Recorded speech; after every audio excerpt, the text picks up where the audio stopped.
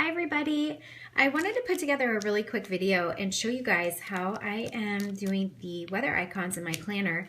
I've had a lot of people ask me if I use stamps or if they are stickers, and they are in fact stamps. I used a set that I had to get kind of creative with, and so I wanted to just kind of throw a quick video together so you guys can see exactly what I do to create that. Some people have also asked me if I forecast out in advance or if I stamp these or if I create it as the days go. And I actually do look on my iPhone, or you can look at weather.com or AccuWeather and look at the 7 or 10 day forecast when you're planning. I usually plan on Sunday nights and I will forecast, and it kind of just helps me know what to expect for the week. I do write the highs and lows on either side of the icon, and I really love this setup. I especially love it because it's really bright and beautiful and big, so it adds a lot to the page, but it also doesn't cover up the dates or the day of the week. And so I'm going to kind of show you guys exactly what I use so that you can recreate it if you like. So originally I had purchased the StudioL2E. That's most of the stamps that I use. I will link her website down below. And I had originally purchased the today's weather icons, and I love these. I was using these for quite a while. I still use them, but I use them in my daily recap journal instead of my planner. And these are really cute, and it says it has basically all of the major weather events as well as today's weather forecast. But when I was using her Rate It set, and so this is what I used to create that, I had purchased this for some daily recap journaling, and I noticed that there was the weather on here as separate elements, and I thought, oh gosh, this would be really cute.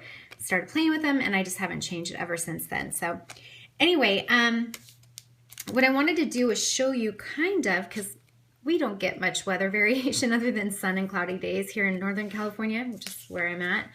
And so I wanted to show you with the Rate It set, the different weather icons that you can create. Since they are separate, I did have to get a little creative in putting them together. And so I'll show you the colors that I use, because that's a common question that I get. But honestly, you could use whatever colors you have or whatever colors you want, or if you want to coordinate with the week. I will show you really fast a week that I used some purple and blue when we were actually having rain. And this is a different stamping set. I believe I used the Colorbox chalk ink petal set. And I have a previous video. If you're new to stamping and you're not quite sure about inks, I do have an ink review video that I will link to below. That's really great if you're getting started or not sure what inks will work best in your Erin Condren planner, or most planners for that matter. So anyway, you guys can use whatever colors you want, but for the sun here, I usually use the Mango Madness and the VersaMagic Dewdrops, and I will put a link to those below. They're usually on sale at Joanns for, I think, gosh, 40% off most of the time. And if they're not, wait and check back every week or so. Aspen Mist is my new favorite. I actually use this for a lot of the boxes. Let's see if I have. I don't have one that I can show you guys quickly. I want to stay on point here, but anyway, the Aspen Mist is a really great one. I use that for the clouds. And then on this one, the raindrops are Ocean Depth. Thunderbolts are Night Sky. Oops. And then the snowflakes are Niagara Mist. And I have to show you guys this. These are so cute. How cute are those little snowflakes? So I'm going to show you guys real fast how I put that together, because they are separate elements and I did use multiple colors. And so what I am going to show you is how I did the cloudy day, or partly sunny. She does have that here. It is an open stamp, but when I was creating the weather, I kind of like them all to be about the same size. I just am weird like that. So because it was smaller, I decided to kind of do my own thing. And so to create what you see here, I took the sun stamp, and instead of covering the entire stamp, I only cover like 2/3 of it. A lot of people have asked how I get such even inking, and honestly, I just look at the stamp and make sure it looks even before I place it on the paper.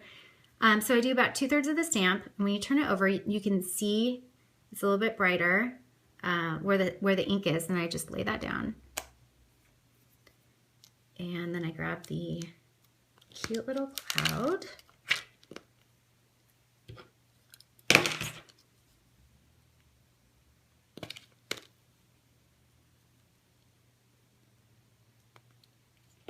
And voila, you have a cloudy day. So that's how I create that. I wanted to show you guys that because I knew that that was probably going to be a question on how on earth I get those cloudy, partly sunny days. So the other thing I wanted to show you guys was how these little small stamps work. These are really, really cute.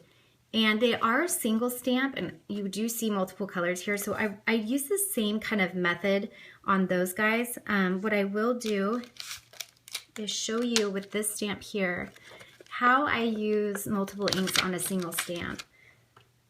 For those of you new to stamping, this will probably be helpful for you. But what I do love about these dewdrops so much is that they have the pointed end. And it makes it a lot easier for me to get into like small spaces.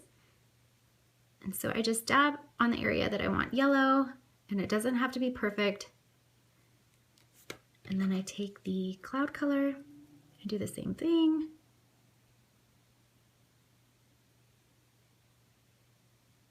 Sometimes I have to look to see how well it's covered. Okay, so just stamp that puppy down. And there you have it.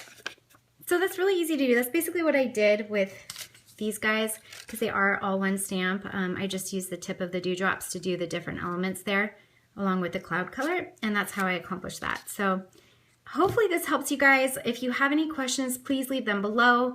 Don't forget to watch my inking review video on the VersaMagic and how they work in planners. Those are the best ones to use if you're using both sides of paper, which you do in your planners. And also be sure to follow me on Instagram at PlannerFriend. I do put a lot more detail and pictures there, and it also gives me a chance to kind of be in a little bit more conversation with you guys. So thanks for watching, and be sure to subscribe. I have lots more planning videos and stamping videos coming up. Thanks.